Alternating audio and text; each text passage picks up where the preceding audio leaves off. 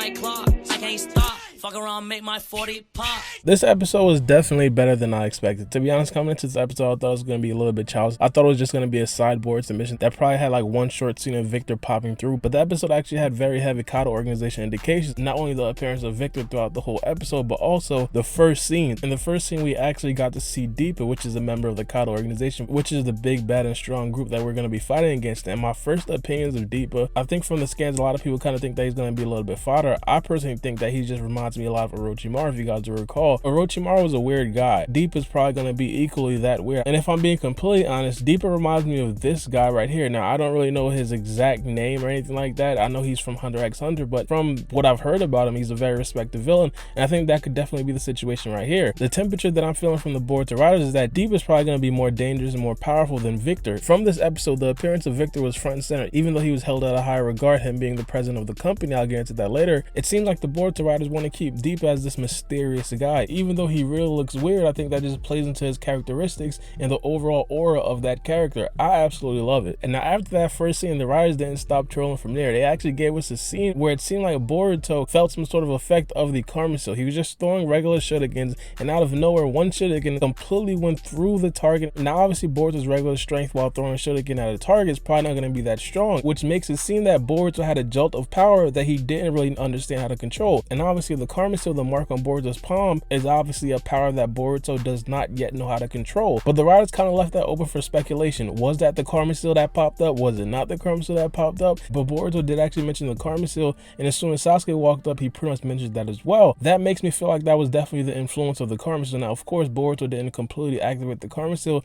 It just seems like a little bit of a jolt that Boruto feels, and this also is something that we have not necessarily seen yet in the Boruto manga. If you guys don't know, the Boruto manga is way ahead of schedule in terms of the Boruto anime, but the Boruto anime has a lot of time to go in depth into things that the Boruto manga probably wouldn't necessarily do. And I think this is definitely one of them. The transition of not knowing what the heck is on Boruto's palm to now we're kind of getting a little bit used to it. Now we're kind of warming up to it before they do show us a blatant activation of Boruto's karma seal. I think that's absolutely amazing. One thing that I do want them to do is have Sasuke try to look into it a little bit more. Have Sasuke try to train Boruto on screen a lot more, trying to get the karma seal out of Boruto. Try to get him to actually activate the karma seal. Try to get him to do exactly what he did before when he was actually going up against the leader of the Mugino bandits. Now during that same exact scene, something very interesting happened. It was the fact that Sasuke gave Boruto a glove. This right here was definitely a very smart strategy for the Boruto writers. Boruto is going to be in contact with multiple Kata organization members, and if they do see a karma seal on Boruto's palm, that could potentially open up a whole nother can of worms, as the white people say, and that definitely wouldn't be ideal because the story in the Boruto manga follows a whole different timeline. I also think it's a little bit cool because Sasuke is actually giving Boruto some of his drip. We already seen like 16 or 17-year-old Boruto fully dripped out in Sasuke's gear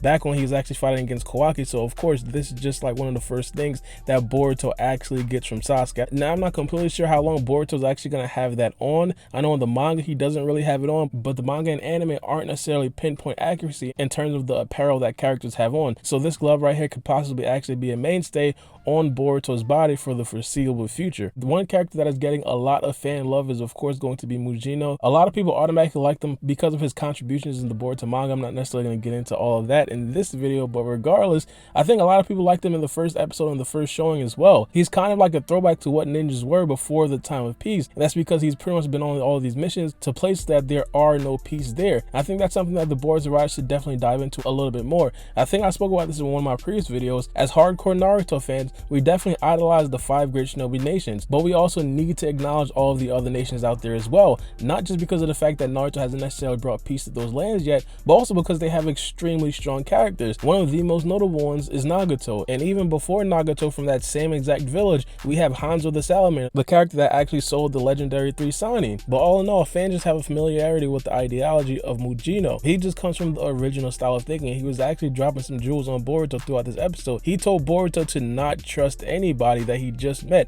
and that's absolutely fact, man, because we understand that there's a snake in our guards named Victor that is actually part of the Kata organization. And I was definitely cringing during the scenes where Boruto and everybody else was just laying everything out on the table for Victor to copy and understand. They were saying how Naruto had a prosthetic arm that was infused with a whole bunch of scientific technology. Throughout that whole scene, I felt like jumping through the screen and just slapping all of them like, yo, shut up. Now speaking of Victor, he was definitely a very big part of this episode. I personally feel like in terms of the Kata organization, organization, Victor is most likely going to be one of the weaker ones, even though regardless, still that being the case, I think that he's definitely stronger than a lot of people that we do know in the Hidden Leaf Village. I think that only a select few is going to be able to actually rival Victor, and because of that, I feel like Team 7 as of right now is definitely in some hot water. Now they did say that Victor actually fought in the 4th Great Shinobi War. I want to know what village is he actually from, because if I'm not mistaken, I strongly doubt that the village hidden in the valley was actually a part of the 4th Great Shinobi War. Now I do want to make this clear, I'm not necessarily doubting the fact that Victor was actually in the 4th Great Shinobi War. I just want to know what was his involvement, what was his need for actually being there, because as we understand, a lot of these characters from these small villages really didn't join the 4th Great Shinobi War.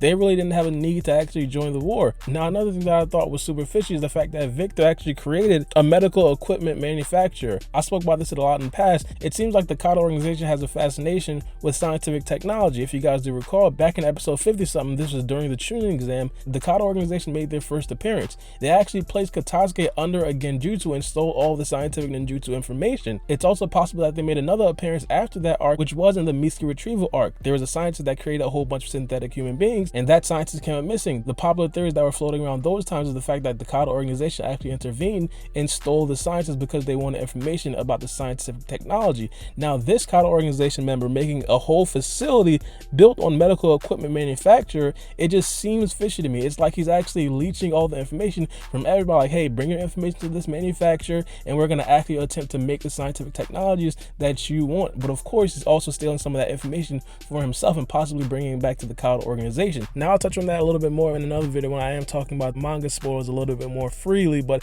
I do want to kind of keep this video a little bit spoilers free. But the last thing about this episode that was super entertaining is the fact that we actually seen wood style. Now as soon as Boruto tripped over it, I automatically thought it was wood style. I mean, because they're in a cave, why is there wood there? And also this guy is screaming. I personally thought it was wood style from the jump, and I thought it was actually confirmed as soon as I seen the actual person. Now just the ripples in his body, in my opinion, I thought that that definitely mimicked the Hashirama cells to the T. Now what I actually think went on is the fact that that person right there could have possibly been an experiment with the Hashirama cells, because as we know, outside of the 5 great nations, other people probably don't really understand the concept behind Hashirama cells and how it can actually be used as efficiently as possible. And I think this guy right here might have just been an experiment that went bad. He probably couldn't really handle the Hashirama cells and he probably just went wild because of that. Now here's how I feel like we're forced to move at this point. Because Victor is in the vicinity of the Hashirama cells, you have to assume that the Kata organization also has the ability to use Hashirama cells, and they're also testing the Hashirama cells as well. This right here would just already add to the already existing portfolio of scientific technology,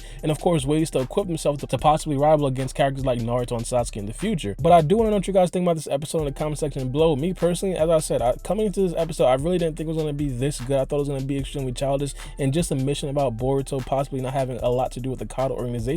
But there is just a lot in this episode that I'm pretty sure a lot of people have to take in that was super entertaining. And not only that, the addition of Hashirama cells at the end was just like an extra added bonus, like, hey, here's some extra stuff. Now real quick before I go, I do want to ask you guys a question, and I'm going to talk in like a slower tone of voice because I've been hearing a lot of you guys say I speak too fast. This is just like a trial run of me speaking a little bit slower for you guys. But on my TikTok, if you guys don't know, I actually upload TikToks and I talk about Boruto, pretty much the basics of Boruto so everybody can understand. I was thinking about bringing some of those video ideas to the actual channel because I understand that not a lot of you guys actually understand everything in the anime of Boruto or even the manga of Boruto. I think just me kind of explaining slowly and just breaking everything down to you guys in the science just from the basics of Boruto will probably be helpful to a lot of you guys out there who don't really understand everything about the series of Boruto. For example, I uploaded some videos where I talked about the actual theory behind Kashin Koji being Jiraiya. As of right now, I'm sure a lot of you guys automatically understand who Kashin Koji is based off of that theory. I don't really want to spoil anything, but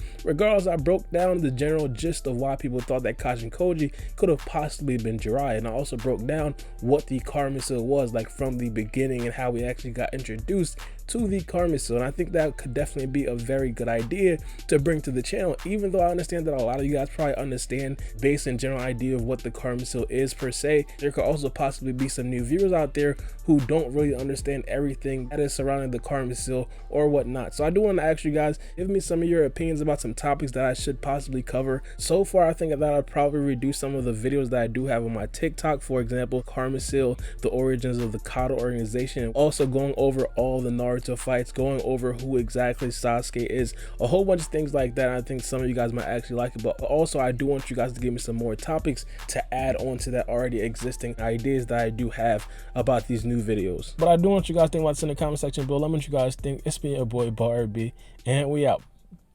It's a knife.